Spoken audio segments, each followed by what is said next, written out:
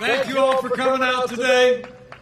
To my great friend, former Nevada Attorney General Adam Laxalt,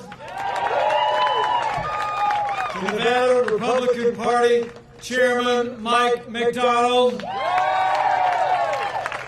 to Assemblyman Glenn Levitt, all my fellow Americans from near and far, it is great to be back in the Silver State.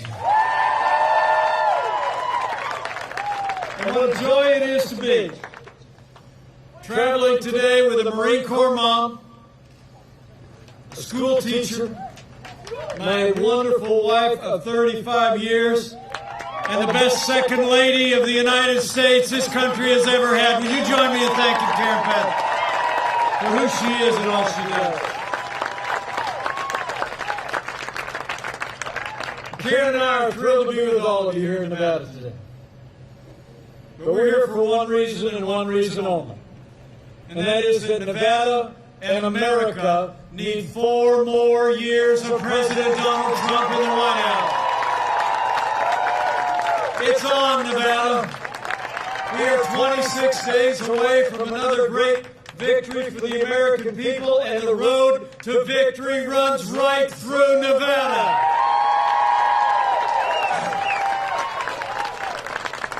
I thank you all for coming out today. Karen and I just got back from Utah. Had a little bit with Kamala Harris last night. Some people think we did all right.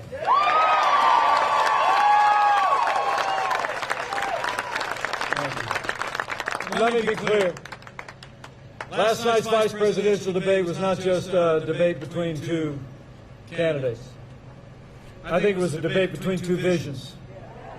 Joe Biden and Kamala Harris want higher taxes, open borders, socialized medicine. They want to abolish fossil fuels, use taxpayer funds to abortion. They want to defund the police. And if we couldn't figure it out last night, they want to pack the Supreme Court. President Trump's vision, we've rebuilt our military. We cut taxes, rolled back regulations, unleashed American energy. We secured our border, stood with law enforcement and for life and liberties of every American.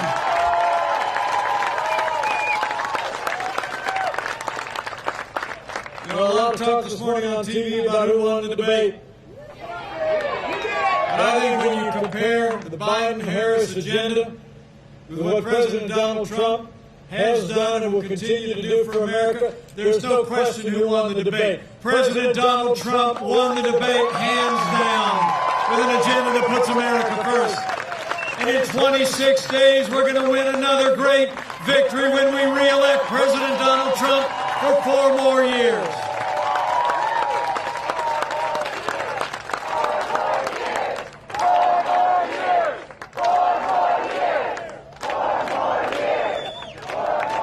Speaking of winners, it's great to be here with a couple of real winners. A successful entrepreneur, a pioneer in technology, a principled conservative who's represented the Silver State in the Nevada Assembly, and the next congressman from Nevada's 4th Congressional District. Join me in thanking Jim Marsden for his strong and principled campaign.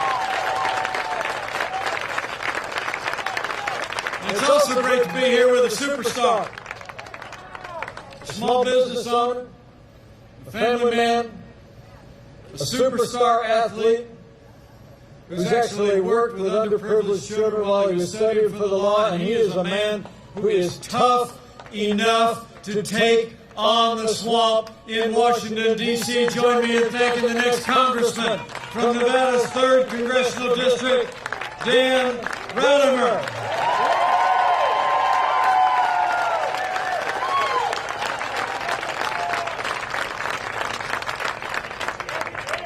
I'm proud to stand here on the President's behalf. I'm proud to stand here with these great leaders. Proud to be a part of a movement. You know, the truth is, 4 years ago, a movement was born. A movement of everyday Americans from every walk of life. Here in Nevada, you believed we could be strong again. You believed we could be prosperous again. You said yes to President Donald Trump, all across this state in 2016. And I know Nevada is going to say yes to 4 more years of President Donald Trump in 2020. It's because of what we've done. You think about it. 4 years ago, we inherited a military that was hollowed out by devastating budget cuts, an economy that was struggling to break out of the slowest recovery since the Great Depression. Terrorism was on the rise around the world, and we witnessed a steady assault on our most cherished values. But in 3 short years, we rebuilt our military. We restored the arsenal of democracy. And under President Donald Trump, not just as your vice president, but as the father of a United States Marine and the father-in-law of a United States Navy pilot, I'm proud to report we're finally giving our soldiers, sailors, airmen, Marines, and Coast Guard the resources and the support that they deserve every single day. And I know we're standing here about an hour south of Creech Air Force Base and Nellis Air Force Base. And under President Donald Trump, we've actually seen the largest increase in our national defense since the days of Ronald Reagan. So we stood with those who served, but we've also stood with all of you who wore the uniform of the United States. You know, when Joe Biden was vice president, America saw years of scandal at the VA. You remember those days. It shocked the conscience of the nation. Veterans were literally dying while they waited for medical treatment that they had earned in the uniform of the United States. But all of that changed. As you know, here in this state that was battle-born, home to more than 200,000 veterans, under President Trump's leadership, we've signed the most sweeping reforms of the VA in history, and Veterans Choice is now available for every veteran in America. Would all the veterans who are with us today either stand or raise your hand if you're able? Just give us a chance to say thank you one more time for your service to America. Thank you for your service. So it's been about security. It's been about supporting our veterans. And in our first 3 years, it was about 3 more things. It was about jobs, jobs, jobs.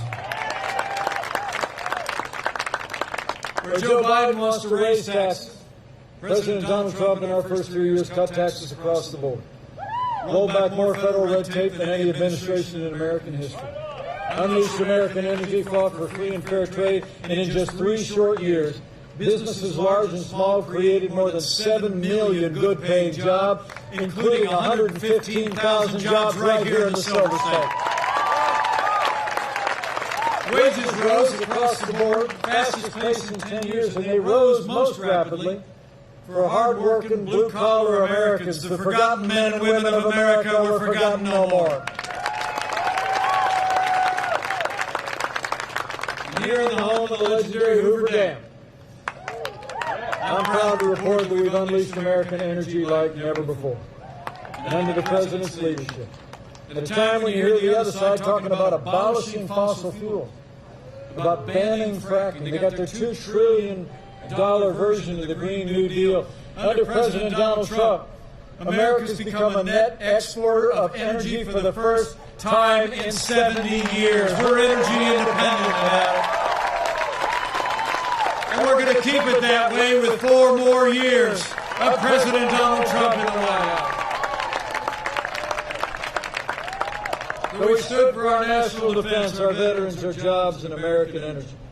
President Donald Trump has stood for the rule of law every single day. This president has already seen appointed to our federal courts more than 215 conservative judges, including Justice Neil Gorsuch and Justice Brett Kavanaugh.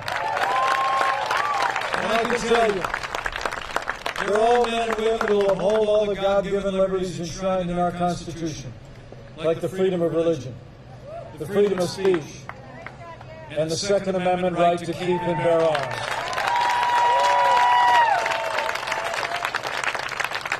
Now, last month, our nation paused rightly to honor the life and service of the late Justice Ruth Bader Ginsburg. When the memorials were over, President Donald Trump fulfilled his constitutional duty when he nominated a principled conservative woman to the Supreme Court of the United States of America, Judge Amy Coney Barrett.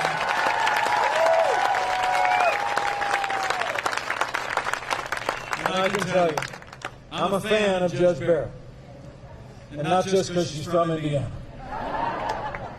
Judge Amy Coney Barrett is a principled conservative who has an inspiring personal story. She comes from the heartland, and she'll bring that commitment to our Constitution, to interpret laws as written, to not legislate to the bench, to the Supreme Court of the United States.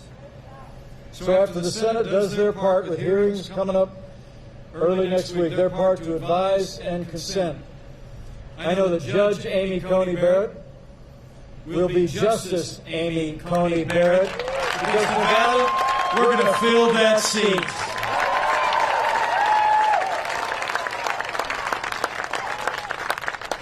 So we stood for the rule of law, strengthening the conservative foundation, underpinning our Constitution and our course. And President Donald Trump has stood every day with the men and women who serve on the thin blue line of law enforcement, and we always will.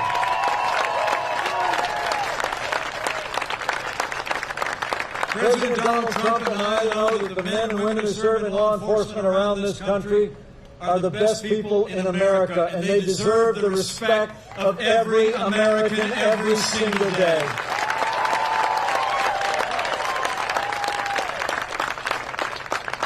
Now, the President and I will always respect the constitutional right of Americans to peaceful protest. But as I said last night, rioting and looting is not peaceful protest. Burning businesses is not free speech. Violence against innocent civilians and law enforcement will not be tolerated, and those who do these things will be prosecuted to the fullest extent of the law. Now, for months, all Joe Biden ever talked about was peaceful protest, remember? As the American people literally watched their businesses and communities burn. Last night I was joined by a Minneapolis native, a wonderful African-American businesswoman named Flora Westbrook. She traveled with us to Utah. She told us the story when I was in Minneapolis a few weeks ago about, in the wake of the killing of George Floyd, how the protesters came closer and closer to her salon that she had built 35 years ago. And then they burned it to the ground. You know, the truth of the matter is, Joe Biden would double down on the very policies that have led to violence in America's cities. When you suggest that you're going to reduce support for those who serve and protect, you only embolden those who would do harm to our families. And we're still, Joe Biden and Kamala Harris believe that America is systemically racist. And as she said again last night, they believe that law enforcement has an implicit bias against minorities. When Joe Biden was asked if he'd support cutting funding for law enforcement, he said, quote, "Yes, absolutely." Let me make you a promise. Under President Donald Trump, we will always back the blue. We're not going to defund the police, not now, not ever.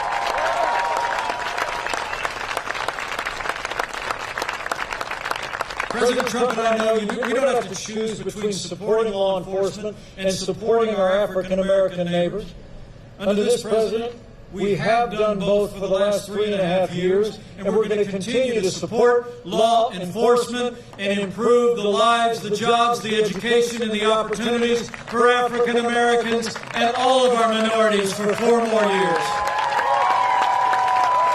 Under this president, we're going to have law and order in every city, in every state, for every American of every race and creed and color. So help us God.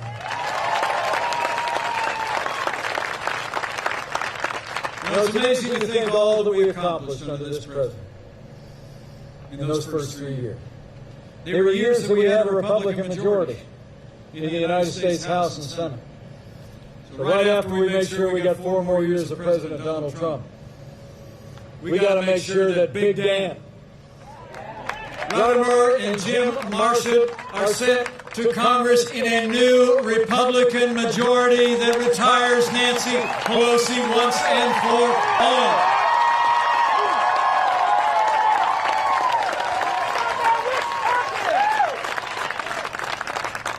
So we rebuilt our military, we revived our economy, we stood for life and our liberties and law and order in our first 3 years. In a word, we made America great again. And then the coronavirus struck from China. As I said last night, before there were more than 5 cases of coronavirus in the United States of America, President Donald Trump put the health of America first and did what no other American president had ever done. He suspended all travel from China, the second largest economy in the world. Now, Joe Biden criticized it. He said it was hysterical and xenophobic. But I can assure you, having led the White House Coronavirus Task Force, President Trump's decision that day alone saved countless American lives, and it allowed us to stand up the largest national mobilization since World War II. We reinvented testing. We saw the manufacture and delivery of hundreds of millions of medical supplies to our incredible doctors and nurses. We've developed medicines that are literally saving lives. As we stand here today, we're on track to have the first safe and effective coronavirus vaccine before the end of this year.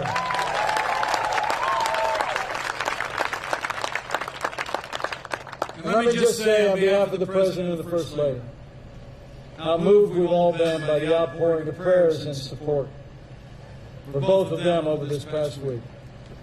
I spoke to the President this morning. He's back to the White House, and he and the First Lady are doing great.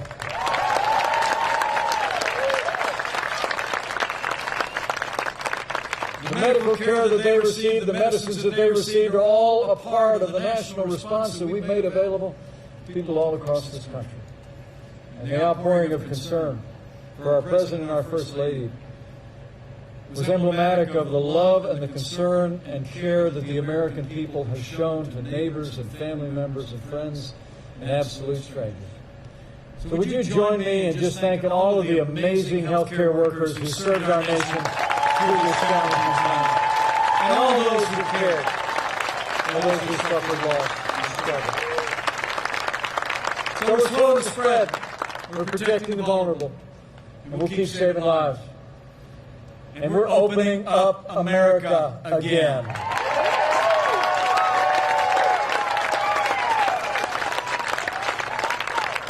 You know, with the strong foundation this President poured in our first 3 years, with the unprecedented relief that we secured from the Congress for families and for businesses, it actually literally saved 50 million jobs. Where we lost 22 million jobs at the height of this pandemic, we've already added 11.6 million jobs back to work, including 150,000 people back to work right here in the Silver State.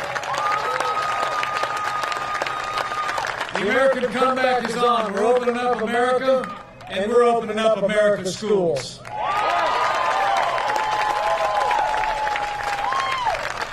Just last week, the President announced that we're distributing 100 million rapid point-of-care tests to states across the country to get our schools open, to keep our schools open, to keep our kids safe.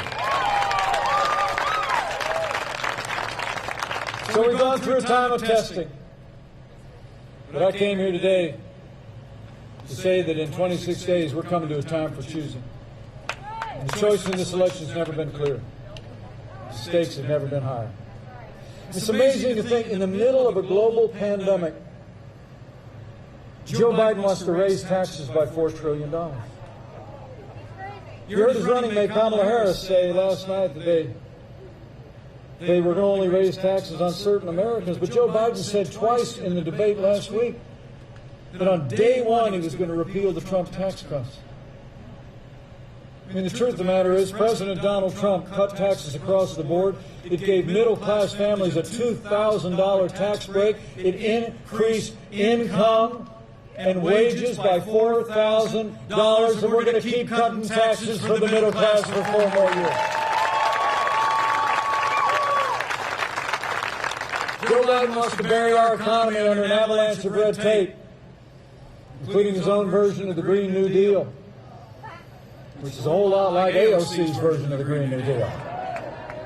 President Trump, he's actually overseeing the largest investment in public lands in our national parks in American history, the cleanest air and land in our history, the cleanest water in the world, and we cut federal red tape and unleash American energy all at the same time.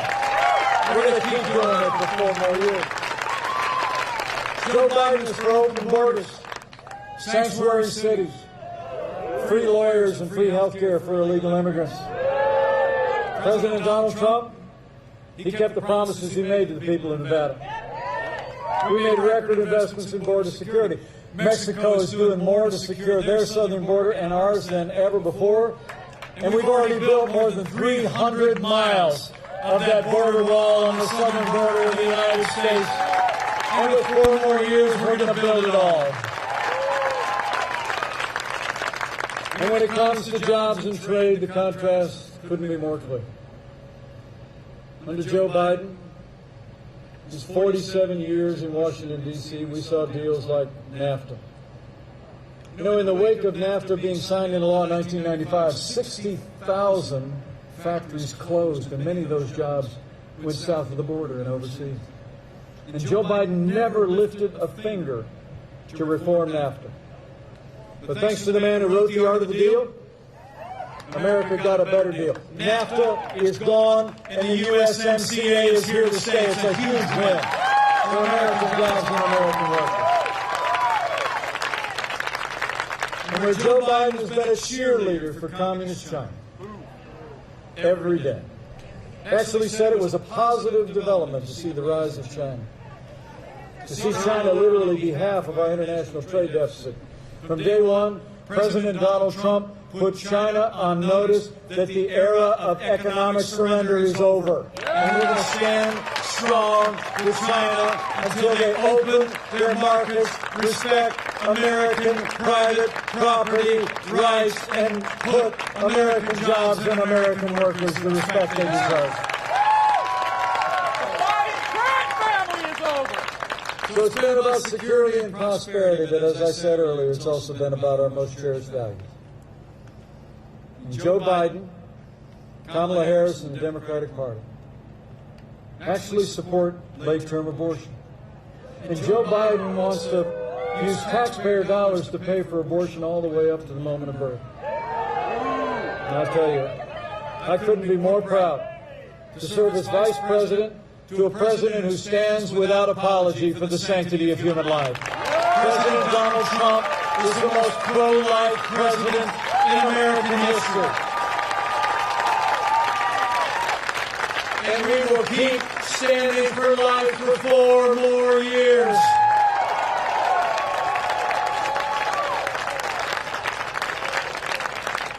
You know, when you look at their agenda, it's clear. I said this at Fort McHenry. Joe Biden would be nothing more than a Trojan horse for the radical left. Now, Joe Biden has said that democracy is on the ballot on November 3rd. Well, I think our economic recovery is on the ballot. Law and order are on the ballot. But I also think there are things much more foundational, much more fundamental to our country. In this election, I don't think it's going to be whether America ends up more Republican or more Democrat, whether we end up more liberal or more conservative, more red or more blue. I think the choice in this election is whether America remains America.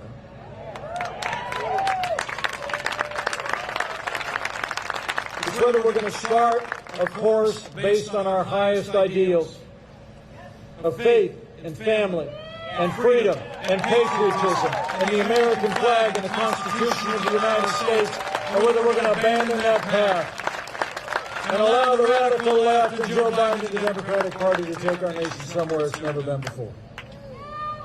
So let me say today to all of you, standing here in the blazing sun of Nevada, for our freedom, for all the ideals that have always made America great, and are making America great again, we need to decide right here and right now that Joe Biden will never be President of the United States of America. We're going to re-elect President Donald Trump for 4 more years.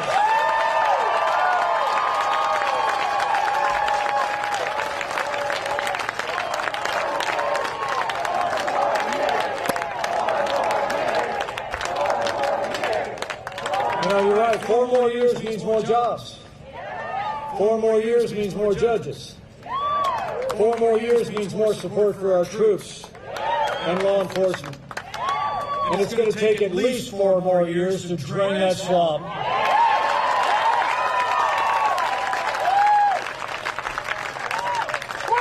You know, I've served around this president every day for the last 3.5 years.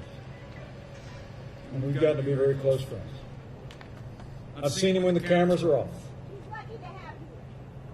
And I'll tell you what, Nevada, there's never been a day gone by when President Donald Trump hasn't gotten up and fought to keep the promises that he made to the people of Nevada. Now it's our turn to fight for him. It's on. So I need you to bring it. I need you to bring it.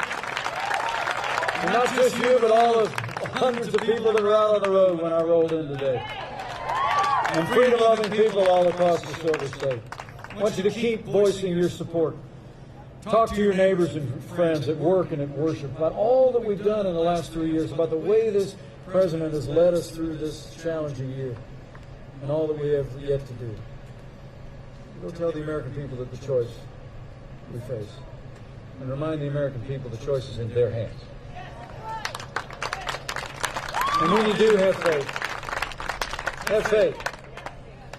You know, I honestly believe a careful study of American history shows every time the American people have been given a clear choice between a future of more freedom and less freedom, they choose more freedom every single time.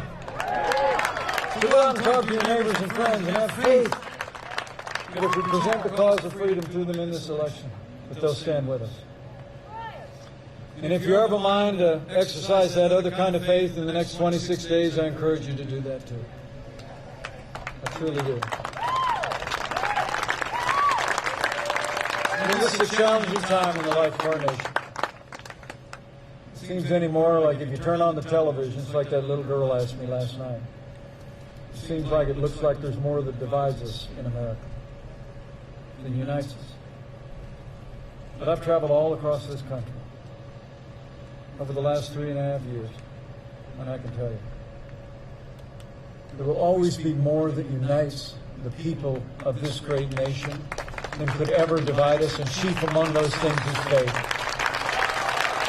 This is a nation of faith.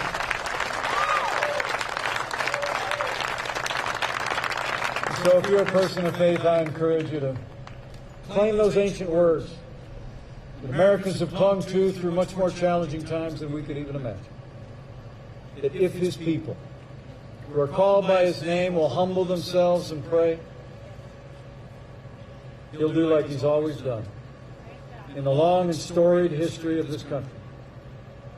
He'll hear from heaven, and he'll heal this land. This one nation, under God, indivisible, with liberty and justice for all. So pray for America. It'll make a difference.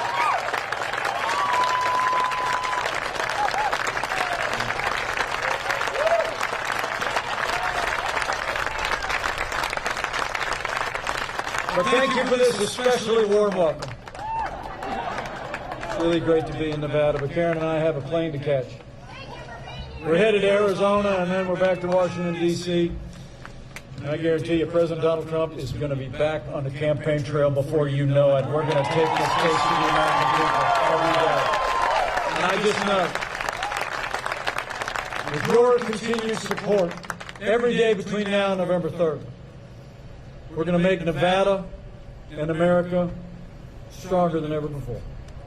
We're going to make Nevada and America more prosperous than ever before. And with Jim Marshall and Big Dan Rotheimer in a new Republican majority in the United States House of Representatives, with a renewed Republican majority in the United States Senate. And with President Donald Trump in the White House for 4 more years, and with God's help, we will make America great again. So thank you very much.